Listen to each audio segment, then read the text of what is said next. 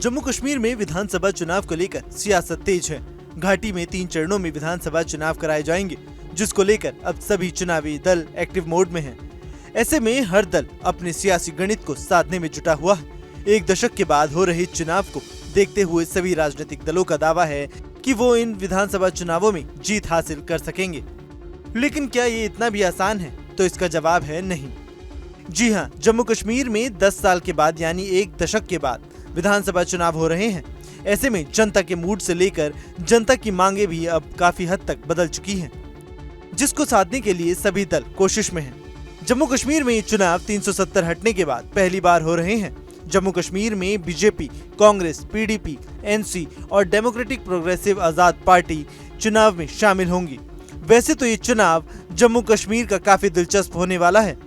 केंद्र की मोदी सरकार ने 5 अगस्त 2019 को अनुच्छेद 370 को रद्द करते हुए जम्मू कश्मीर का विशेष दर्जा खत्म कर दिया था। इस सरहदी सूबे को 2 केंद्र शासित प्रदेशों जम्मू कश्मीर और लद्दाख में बांट दिया गया था। चुनाव आयोग ने पिछले हफ्ते बताया कि जम्मू कश्मीर में 3 चरणों में चुनाव होंगे, जिसमें 18 सितंबर, 25 सितंबर और 1 अक्टूबर को मतदान होगा, जबकि 4 अक्टूबर को नतीजे आएंगे।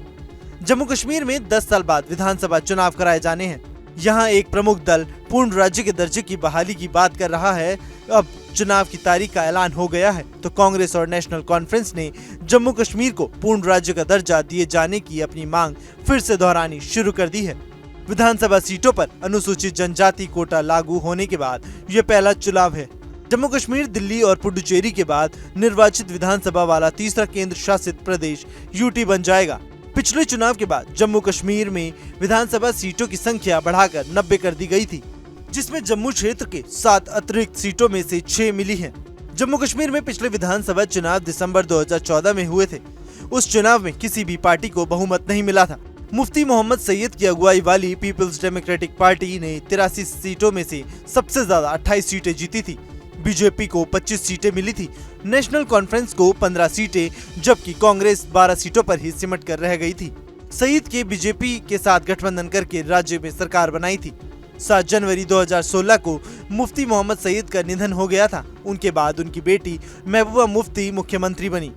बीजेपी के साथ उनका गठबंधन जारी रहा, लेकिन दोनों पार्टियों में मतभेद के बाद गठबंधन टूट गया।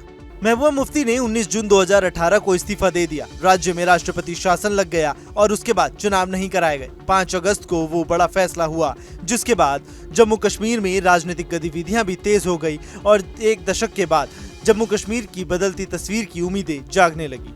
जम्मू कश्मीर में इस समय कोई राजनीतिक गठबंधन नहीं है। कांग्रेस और नेशनल कॉन्फ्रेंस इंडिया गठबंधन में शामिल है, लेकिन राज्य में उनकी कोई हिस्सेदारी नहीं है। अब देखना होगा कि आने वाले चुनाव में किस पार्टी का कितना पलड़ा भारी रहता है। Bureau report, news nation. News nation अब व्हाट्सएप पर खबरों के ताजा अपडेट के लिए न्यूज नेशन के इस QR कोड को स्कैन करें।